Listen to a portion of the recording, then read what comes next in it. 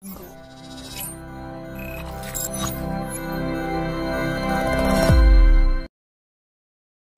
selamat pagi teman-teman dan sahabat-sahabat yang ada di rumah. Salam sehat dari kami, Rumah Sakit Bali Med Buleleng. Berjumpa kembali dengan saya Dina dari Divisi Marketing Rumah Sakit Bali Med Buleleng. Yang pada siang hari ini teman-teman di rumah, ayo join di live streaming program Bincang-Bincang Kesehatan yang pada kesempatan kali ini kita sudah kedatangan tamu, seorang dokter spesialis kebidanan dan penyakit kandungan. Oke, kita semua tetap berharap semoga pandemi COVID-19 ini segera berlalu ya. Patuhi tetap himbauan pemerintah untuk tetap stay di rumah. Walaupun tetap stay di rumah, Anda juga harus tetap untuk update ilmu dan informasi seputar dunia kesehatan.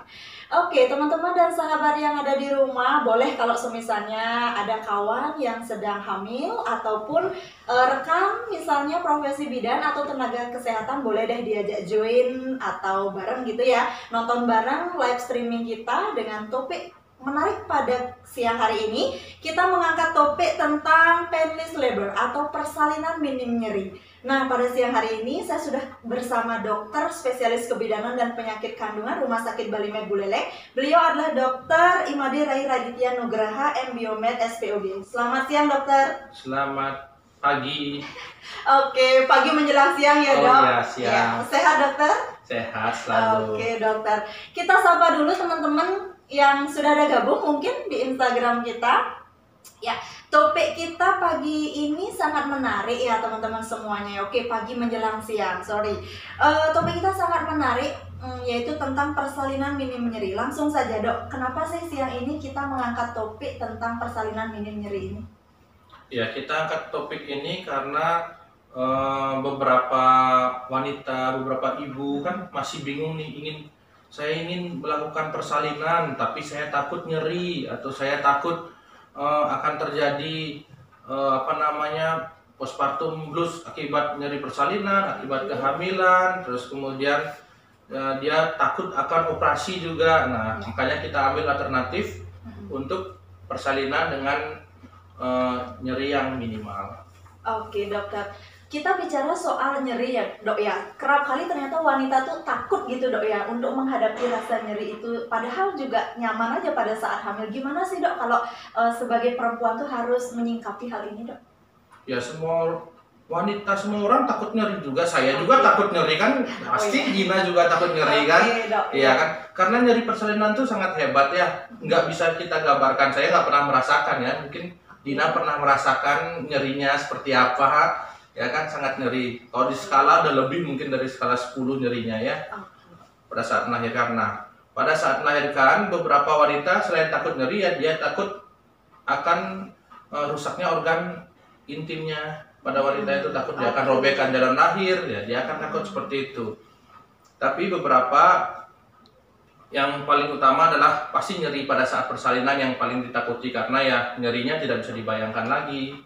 Tapi dengan beberapa teknik terbaru, nyeri ini bisa diminimalkan dan akan mengurangi resiko operasi yang akibat pasien takut akan nyeri.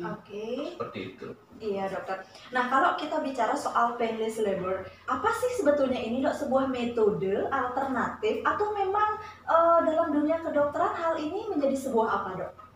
Nah, painless labor ini adalah suatu metode alternatif pada saat di mana apabila ibu ingin melahirkan, dia tidak bisa mentolerir nyeri tersebut. Jadinya dia memerlukan bantuan untuk mengatasi nyeri tersebut. Gitu, ada alternatifnya. Banyak alternatif seperti ada yang hipnoterapi, terapi oral. Yang ini ada terapi painless labor dengan menggunakan teknik intrathecal labor analgesia atau epidural labor analgesia. Oke dokter, baik, menarik sekali ya perbincangan. Ayo diajak teman-teman dan juga sahabat yang ada di rumah, pemirsa yang ada di rumah untuk live di Instagram Rumah Sakit Bali Med Buleleng. Baik, kita akan lanjutkan perbincangan ini selanjutnya setelah tadi kita kenal nih apa sih itu painless labor gitu ya. Mari kita simak berikutnya. Tadi dokter mengatakan bahwa metode ini ada ILA dan ELA gitu dokter ya. Apa sih sebetulnya ILA itu dok kalau dalam painless? Intrathecal itu anestesi adalah ya pemberian obat anestesi melalui tulang belakang biasanya. Biasanya melalui intratekal itu obat anestesi yang disuntikan itu akan bertahan selama kurang lebih 4 jam dipertahankan. Jadi kalau pasien-pasien yang menginginkan untuk dilakukan painless labor, dia tetap akan merasakan nyeri dari bukaan, tidak ada bukaan sampai fase aktif. Ya, tapi nyeri itu dapat ditoleransi oleh beberapa pasien. Oke, baik dokter. Tadi dokter mengatakan fase aktif. Itu fase apa dok? Kalau boleh kita cerita dok? Ya, fase di mana pembukaan sudah di atas 4 cm dengan kontraksi uterus yang sudah adekuat. Oke dokter. Nah, menarik sekali dok ya, karena ILA ini mungkin hal baru yang tidak semua sebetulnya teman-teman di rumah dan juga termasuk saya belum tahu pasti seperti apa sih itu ILA. Nah kalau boleh tahu dok, apa sih sebetulnya keuntungan dari menggunakan metode ini dok? Keuntungannya sudah pasti nyerinya berkurang. Ya. Nyeri pada saat persalinan berkurang, dimana nyeri yang sangat hebat itu terjadi dari pembukaan di atas 4 cm yaitu fase aktif sampai di kala 2. Kala 2 yaitu sampai dari bukaan lengkap sampai bayi itu lahir. Nah, di sana terjadi nyeri yang sangat hebat karena terjadi sudah di bayi sudah masukin pintu bawah panggul, terus kemudian sudah terjadi perenggangan pada perineum dan vulva dan vagina sehingga di sana akan menyebabkan nyeri yang sangat hebat. Kemudian pada saat pembukaan aktif kita sudah berikan itu dari dokter anestesi akan memberikan obat anestesi, bisa intratekal atau epidural. Kalau epidural lebih bisa konstan ya, bisa ditambahkan. Kalau intratekal pemberiannya hanya sekali, nanti 4 jam dia durasinya biasanya maksimal 4 jam. Nah dari sana kita prediksi, berarti kalau dia sudah pembukaan aktif kita prediksi apakah ini akan lahir dalam 4 jam ataukah bisa terjadi persalinan macet. Oke dokter, berarti pada intinya dok yang kita sampaikan saat ini terkait dengan ILA itu disebut persalinan normal juga dok ya? Ya, persalinan normal. Ini kan persalinan normal di mana hanya dibantu untuk menangani nyerinya saja. Jadi bayi lahir semuanya secara normal, ya, bahwa melalui kontraksi, melalui semua seven cardinal movement-nya, semuanya secara normal, tetapi dia dibantu untuk menangani nyerinya saja. Oke dokter. Nah hal ini mungkin bagi mereka menjadi hal baru gitu dok ya, karena tidak semuanya tahu terkait dengan ILA dan ELA ini. Kalau semisalnya metode ini dok kita sebut sebagai metode untuk meminimalkan rasa nyeri gitu. Kalau untuk dengan dokter sendiri untuk di Buleleng ini bisa tidak dok kalau untuk appointment-nya dengan cara? Iya, untuk di appointment di rumah sakit Balimed khususnya bisa dilakukan. Saya sudah pernah diskusi dengan dokter anestesinya. Dokter anestesinya juga bisa melakukannya karena mereka memang sudah sangat ahli, sudah sangat sering melakukan. Ini prosesnya mirip dengan pada orang-orang pada operasi pada umumnya, tetapi ini kita melakukan terapi nyerinya untuk pasien-pasien dengan persalinan. Oke dokter, tapi untuk jumlahnya mungkin di Buleleng ini belum terlalu familiar dok ya, kita misalnya milih persalinan ILA gitu dok.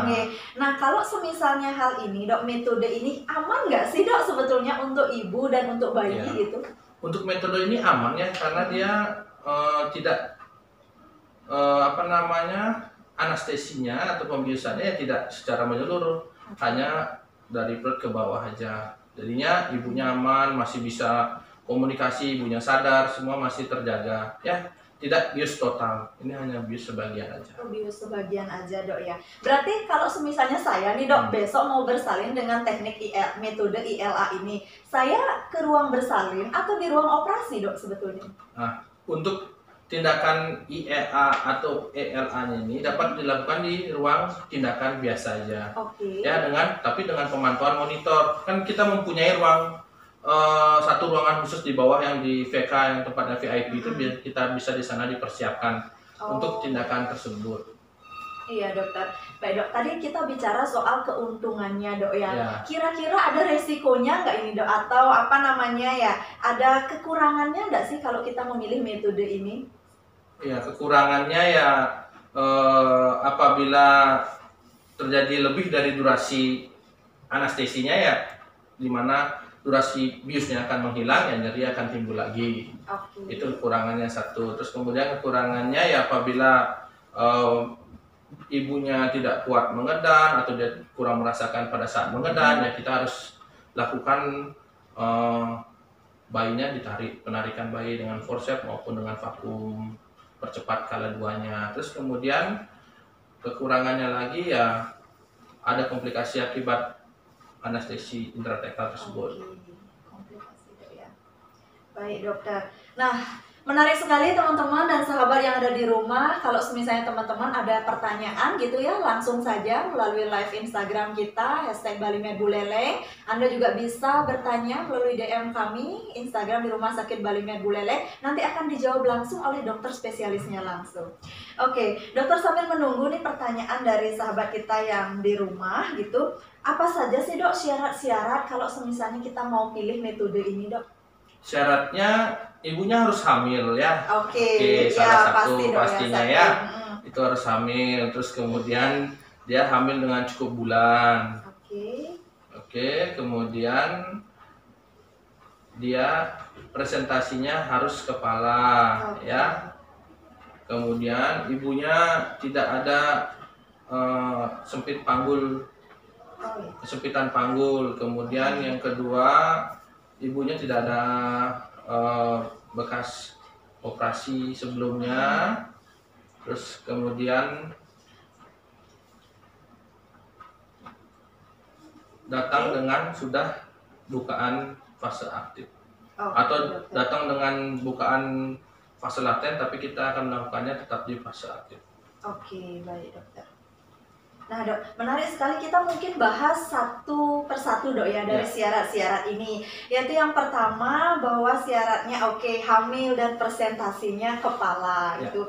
Nah normalnya itu kapan sih dok kalau bayi itu dalam posisi yang normal itu? Apakah semisalnya kalau hamilnya baru 5 bulan gitu dok, tapi ternyata bukan kepala yang dibawa, itu normal nggak dok sebetulnya? Normal ya, kalau misalnya baru 5 bulan kan bayi itu masih bisa muter-muter. Presentasi nanti kita pada saat umur kehamilannya cukup bulan yang aterem ya. Oke dok, baik dok. Kalau dalam dunia medis nih dok, aterem atau cukup bulan yang disebut itu berapa bulan? Bulan itu 37 minggu. 37 minggu. Sampai 40 minggu. Sampai 40 ya. Minggu, baik dokter. Cukup bulan ya, bayinya dibilang cukup bulan. Itu kurang lebih 8 bulan lebih 1 minggu. Iya dok. Kalau secara bulanannya. Iya dok. Oke dokter. Nah kalau semisalnya umur kehamilan yang disebut sebagai cukup bulan gitu dok ya, itu ada hubungannya nggak sih dok dengan berat badan bayinya di dalam dan juga air ketubannya itu sebetulnya bagaimana dok? Iya. Pasti ada hubungannya dengan berat badan bayi. Berat badan bayi pasti rata-rata kalau cukup bulan tuh di atas 2.500 dengan air ketuban yang masih cukup. Kemudian tidak ada kelainan, itu biasanya kita pasti berani melakukan. Kan sesuai dengan gini, cuma hanya persalinan normal yang kita bantu untuk mengatasi nyerinya. Oke dokter. Nah kembali lagi dok, tadi syarat yang ketiga itu adalah untuk panggul sempit itu tidak bisa untuk dilakukan metode ini gitu. Nah gimana sih dok caranya kita melihat nih? Saya juga penasaran jadinya gitu ya. Kalau misalnya panggul sempit itu seperti apa sih dok? Kita nggak bisa lihat ya kalau panggul sempitnya, karena kita dokter kandungan itu harus memeriksa apakah ini ibunya ini kita lihat pertama dengan tinggi badan awalnya ya. Kalau tinggi badannya di bawah 145 itu sudah kita curiga akan panggulnya sempit. Kita harus kita periksa dalam. Gitu. Pada saat dia datang ke VK ya kita periksa dalam dulu. Apakah ini bisa melewati kepalanya atau tidak. Oh gitu dok ya. Boleh nggak dok kalau misalnya baru umur kehamilannya 3 bulan gitu, saya minta diperiksa nih supaya tahu ini panggul saya sempit atau gimana ya dok gitu. Bisa nggak dok gitu? Kalau usia 3 bulan ya, 3 bulan kita memeriksa panggul sih bisa ya, tapi kalau belum ada kepala masuk belum bisa kita periksa panggulnya ya. Oh gitu dok ya. Berarti kepala bayi harus sudah memasuki Ya. panggul gitu dok ya. Apakah kepala bayinya masuk panggul atau tidak, baru kita nanti periksa. Oke, Kan dok. sudah ada perenggangan dia juga, 3 bulan kan belum ada. Oh iya dok, boleh saya tahu cerita sedikit dok, kalau misalnya proses persalinan normal dengan proses pilih metode ILA ini, kalau untuk proses yang dialami saat bersalinnya, baik itu pembukaan sampai bayi lahir, itu sama persis atau bagaimana dok ya? Sama persis, tidak ada yang beda untuk persalinan, sama persis. Ada kontraksi, lahir, sama persis, tidak ada. Cuma yang membedakan hanya kita meminimalisir nyerinya saja. Nyerinya saja ya, masih bisa jalan-jalan berarti dok ya? Oh, udah nggak bisa jalan ya? Oh. Karena kan sudah di intratekal, kan sudah dilakukan pembiusan. Oh gitu dok, Ya.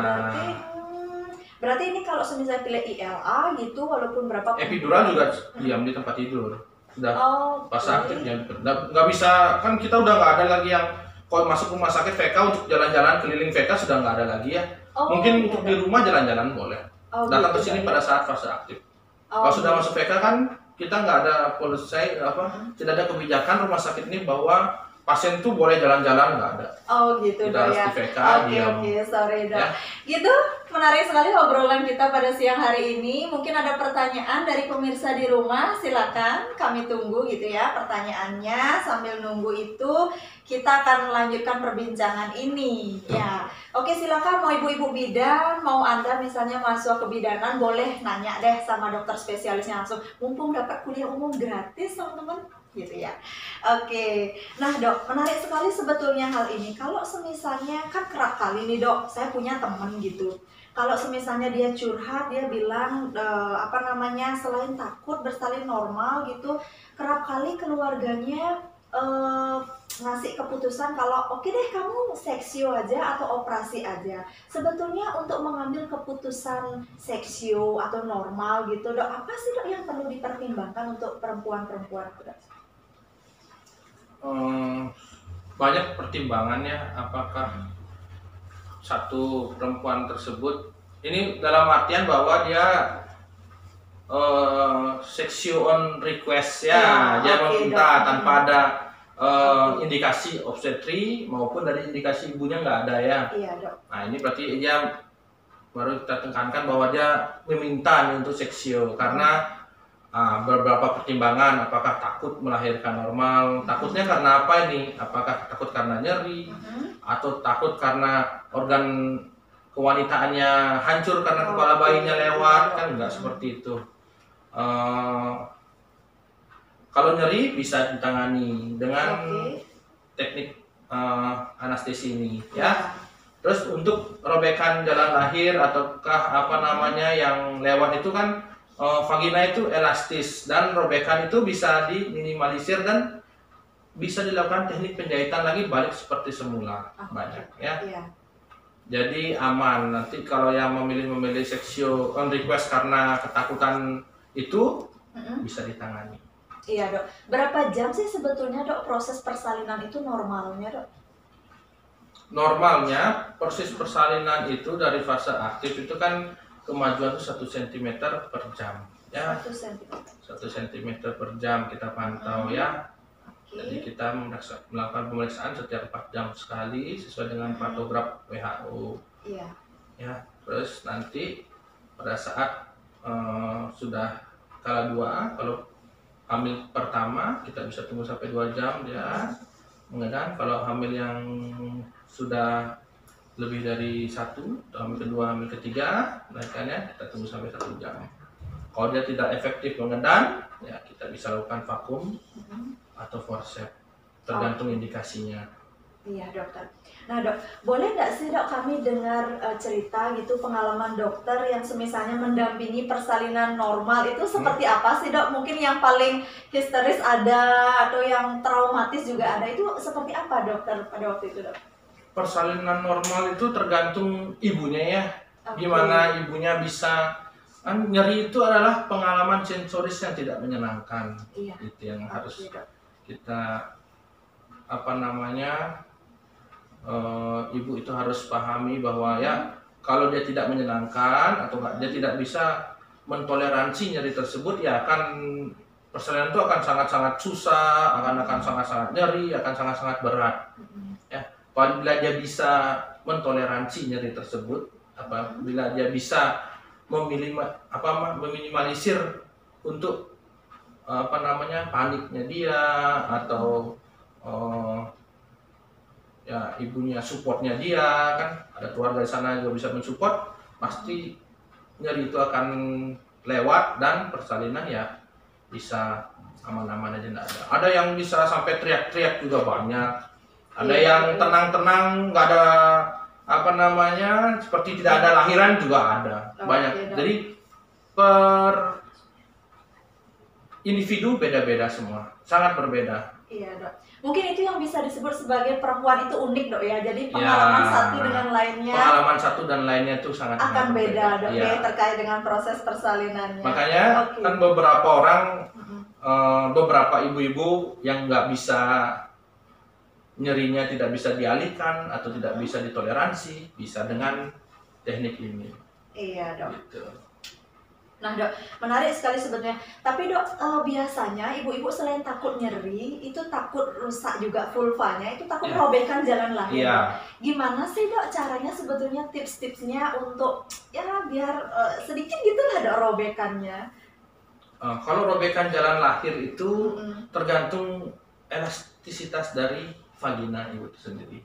Setiap orang unik, berbeda-beda. Ada yang bisa tidak robek sama sekali, ada yang sangat elastis sampai robek, atau ada yang kaku sampai dia robekannya banyak. Nah, itu setiap wanita unik, beda-beda, tersendiri. Nggak bisa kita tentukan lihat orang yang ini vaginanya kaku atau lemas gitu, nggak bisa. Kita akan periksa baru kita bisa lihat. Oh ya, Dok. Ada nggak sih, Dok, cara-cara tradisional atau mencegah gitulah, Dok, supaya semisalnya kalau bersalin itu robekannya nggak banyak itu, ada nggak, Dok, tipsnya ya? Kalau secara tradisional nggak tahu ya saya ya. Secara medis ada sih, kita harus senam kegel, rajin-rajin buat otot-ototnya biar pada saat mengedan bisa mengikuti instruksi dokternya, tidak panik pada saat mengedan. Itu aja. Itu, Dok, banyak kali, Dok, ya kalau perempuan panik. Karena kan panik pasti sangat panik lah, karena nyeri sangat hebat kan pada saat di bawah itu, sangat nyeri sekali. Oke, dokter.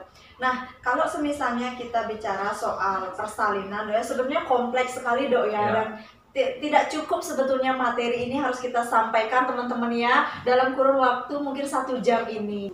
Kalau semisalnya bicara soal itu, berarti semua perempuan boleh, Dok ya memilih metode ini? Semua perempuan boleh hamil ya, melahirkan, boleh memilih metode ini. Oke, dokter. Nah, kalau semisalnya kenapa sih metode ini sebagai nanti tidak dipromosikan mungkin oleh semua dokter kebidanan dan penyakit kandungan gitu, Dok? Kenapa baru kali ini mungkin, dan saya pun baru kali ini mendengar metode ILA ini hadir gitu, disampaikan oleh dokter spesialis? Banyak ya metode ini, ILA dan ELA ini disampaikan, cuma masyarakat kurang, mungkin karena pembiayaan juga lumayan kan, karena pembiayaan untuk anestesinya yang lumayan, mungkin karena itu yang menyebabkan teknik ini kurang diminati atau dipromosikan gitu, Dok ya. Oke, Dok. Nah, kalau semisalnya, Dok, hamil ketiga ini, hamil pertama kedua dia persalinannya seksio gitu, hamil ketiga boleh nggak, Dok, kalau semisalnya mau pilih metode ILA ini? Nggak boleh ya, kalau udah hamil ketiga itu nggak boleh dia untuk persalinan pervaginam, harus dilakukan operasi lagi sekali. Gitu, karena 2 kali sebelumnya sudah dengan operasi. Gitu, Dok ya. Soalnya banyak nih, Dok, menjadi trending topik sebetulnya sekarang, katanya habis persalinan seksio masih bisa untuk persalinan normal. Ya, masih bisa. Gitu. Masih bisa persalinan normal. Oh, masih bisa, Dok ya. Hanya saja kita namanya coba untuk melahirkan secara pervaginal. Ya, kita coba. Tapi dengan syarat juga presentasi atas kepala, ya cukup bulan, tidak ada malpresentasi, kemudian dengan indikasi seksionya sebelumnya harus bukan dengan panggul sempit. Oke, dok. Kalau sudah panggul sempit, ya panggul sempit absolut ya nggak bisa, harus dioperasi lagi. Oh, karena nggak mungkin lewat kepalanya. Ya, gitu. Oke, dokter. Nah, kalau semisalnya kan takut-takut gimana gitu dok ya kalau sudah misalnya dokter menyampaikan harus di anestesi gitu, harus dibius gitu dok ya. Kalau untuk obatnya dan juga alat yang dimasukkan ke dalam tubuh kita ini benar-benar aman dok? Ya aman ya, kan semua nih obat alatnya steril dan memang ada tekniknya dari dokter anestesinya pun sudah sangat-sangat berpengalaman untuk melakukan hal ini. Oh gitu ya. Ya, dok. Kalau semisalnya dok ada ibu hamil yang dengan riwayat hamil pertama dia, tapi sebetulnya dia punya riwayat untuk tekanan darah tinggi gitu dah ya. Hal itu bisa nggak dok untuk milih metode ILA? Untuk tekanan darah tinggi nanti kita lihat. Tekanan darah tinggi bukan kontraindikasi untuk dilakukan tindakan ini. Nanti kita lihat, kita observasi apakah dia karena preeklamsi berat atau preeklamsi ringan atau hanya hipertensi dalam kehamilan. Oh, gitu. Kita harus lihat. Dikaji lagi berarti. Dikaji lagi. Tapi masih bisa dia pervaginal. Dan kalau misalnya tensi tinggi, kita kita evaluasi lagi untuk pemberian anestesi ILA menurut epiduralnya, apakah memungkinkan atau tidak. Seperti itu. Baik, ini mungkin sudah muncul pertanyaan dok dari sahabat kita gitu ya. Dari Yudi Hendrawan. Halo, selamat siang Yudi. Dia nanya nih dok, mau tanya dong tips biar istri nggak nervous atau takut saat menjalani operasi seksio. Kebetulan istri besok akan operasi dok. Oh iya, Pak Yudi ya. Untuk tips dan biar nggak nervous, yaitu adalah kita harus bisa menerima apa yang akan dilakukan dan kita harus percaya dengan dokter semua di sini. Dokter anestesinya sudah sangat-sangat pengalaman Singaraja ini melakukan operasi ya. Terus kemudian semua sudah dipersiapkan dengan matang, apapun itu dokter Ana juga sudah dipersiapkan dengan matang. Semua sudah dipersiapkan. Lagi satu cuma berdoa aja. Tidak ada komplikasi, tidak ada halangan ya. Baik dokter. Nah gitu Pak Yudi ya, tadi sudah dijawab. Yang pertama itu adalah menerima dan percaya gitu ya, percaya dengan dokternya, dengan dokter, semua dokter yang ada di sini, dokter kebidanannya, kemudian dokter anestesinya dijamin. Kalau dokter-dokter di kita itu dokter-dokter yang berpengalaman dok ya, dengan track record yang juga sudah mumpuni gitu ya kalau bisa dibilang.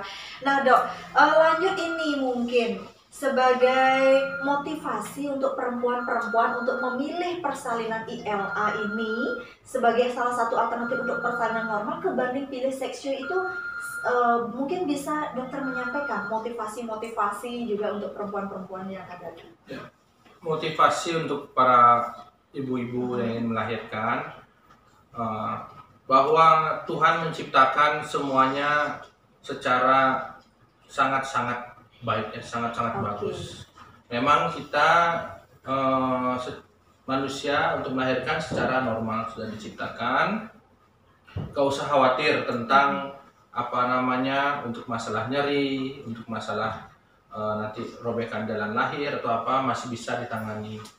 Nah, apabila terjadi komplikasi atau terjadi hambatan dalam persalinan, sudah tentunya kita di sini bisa mengatasi atau akan mencarikan jalan keluar biar tidak terjadi komplikasi ataupun kejadian yang tidak diinginkan. Seperti itu.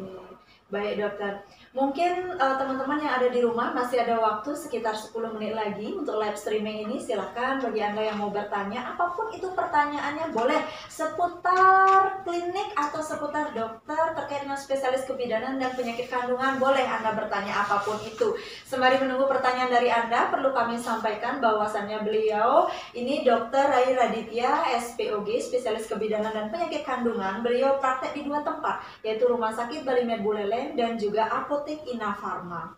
Untuk di Rumah Sakit Bali Med Buleleng, beliau praktek dari hari Senin sampai hari Jumat di jam 12 sampai 14 WITA, 18 sampai 19 WITA, dan jam 8 sampai jam 12 WITA untuk hari Sabtu saja ya. Jadi pengecualian untuk hari Sabtu saja, beliau praktek jam 8 sampai jam 12 WITA. Bagi Anda yang semisalnya mau appointment atau mau curhat langsung dengan dokternya, Anda juga bisa langsung menghubungi dokter kami di nomor 087 810 211 932. Anda pun bisa langsung appointment sebetulnya ya, kalau mau janjian, mau periksa ke poliklinik, dan atau semisalnya mau cari referensi rumah sakit gitu ya, cari referensi dokter, Anda bisa langsung menghubungi call center kami Rumah Sakit Bali Med Buleleng di 0362 330 7788. Oke teman-teman semuanya. Nah dok, mungkin closing statement dokter ya. ILA dan ELA atau painless labor, sebuah metode yang baru dikenal sebetulnya dok ya, mungkin baru dibaca oleh beberapa kalangan juga, dan juga baru dikenal mungkin untuk di Buleleng ini. Nah, sebagai dokter spesialis kebidanan dan penyakit kandungan, harapannya untuk metode ini bisa menjadi solusi itu bagaimana dok? Atau apa sebetulnya yang bisa menjadi kunci bahwasannya oke, Anda harus memilih ILA atau ELA, dua metode ini? Ini buat para ibu-ibu ya, ini kan sebuah metode alternatif untuk mengurangi nyeri pada saat persalinan. Dimana kalau ibu-ibu takut apabila pada persalinan itu nyeri yang hebat, nah ibu-ibu dapat memilih metode ini untuk biar dapat ditoleransi nyeri tersebut. Dan apabila setelah melahirkan, ini berbeda dengan seksosesaria. Apabila seksosesaria kan setelah melahirkan masih terasa nyeri karena kita membuat perlukaan. Kalau pada saat persalinan normal, setelah melahirkan ibu-ibu akan sangat nyaman dan tidak akan merasakan nyeri lagi. Paling 1 atau 2 hari aja nyerinya sedikit, setelah itu pasti akan kembali normal. Oke dokter. Nah khususnya dok, ini di Rumah Sakit Bali Med Buleleng, bisa nggak sih dok kalau saya misalnya mau lahiran normal gitu dok? Bisa banget. Saya udah koordinasi juga dengan dokter anestesinya. Mereka siap juga membantu kita dalam melakukan teknik painless labor ini. Oke, begitu ya teman-teman dan sahabat-sahabat yang di rumah, seperti yang sudah tadi disampaikan oleh Pak Dokter, bahwasannya menarik sebetulnya kalau kita mau pilih, kalau misalnya kita takut nyeri persalinan, oke, di Rumah Sakit Bali Med Buleleng kini sudah hadir metode terbaru yaitu ILA dan ELA untuk Anda. Jadi boleh deh disampaikan untuk semisalnya punya rekanan, sahabat, tetangga gitu ya, atau keluarga yang sedang hamil, mau cari tahu nih Rumah Sakit Bali Med Buleleng seperti apa dan siapa saja dokter yang ada di sini. Yuk jalan-jalan ke Rumah Sakit Bali Med Buleleng. Hubungi marketing kami di 0813 39968 Anda juga bisa langsung minta didampingi oleh marketing kami untuk hospital tour atau melihat kamar-kamar atau ruangan-ruangan perawatan yang ada di rumah sakit ini. Oke, baik dokter. Nah, sedikit mungkin ini sudah berakhir dok ya. Kalau semisalnya saya sebagai perempuan kerap kali kebingungan sebetulnya dok, kalau harus siapa sih pendamping persalinan pada saat persalinan gitu dok. Boleh nggak dok kalau di rumah sakit ini saya minta didampingi oleh suami saya gitu dok? Iya, suami harus mendampingi ya. Di mana-mana ya wajib dia mendampingi istrinya melahirkan, karena persetujuan apapun itu pasti suami juga ikut bertanggung jawab terhadap istrinya. Jadi ya kalau di rumah sakit ini usahakan suami ikut mendampingi persalinan. Oke, itu teman-teman ya kata kuncinya. Jadi kalau Anda bersalin di Rumah Sakit Bali Med, Anda tidak harus sendirian. Anda juga bisa didampingi oleh suami Anda atau orang tua Anda. Baik, sekian dulu perbincangan kita pada siang hari ini. Semisalnya teman-teman atau sahabat mau bertanya dengan dokter kami, Anda juga bisa langsung sebetulnya menghubungi kami. Nanti akan langsung dijawab oleh dokter spesialis kebidanan dan penyakit kandungan kami. Sekian dulu perjumpaan obrolan kesehatan pada siang hari ini. Terima kasih Dr. Rai atas sudah bergabung bersama kami. Semoga bermanfaat ya program ini untuk teman-teman yang ada di rumah dan seluruh sahabat. Mohon maaf kalau misalnya dalam program ini ada yang kurang berkenan. Selamat siang, salam sehat dari kami Rumah Sakit Bali Med.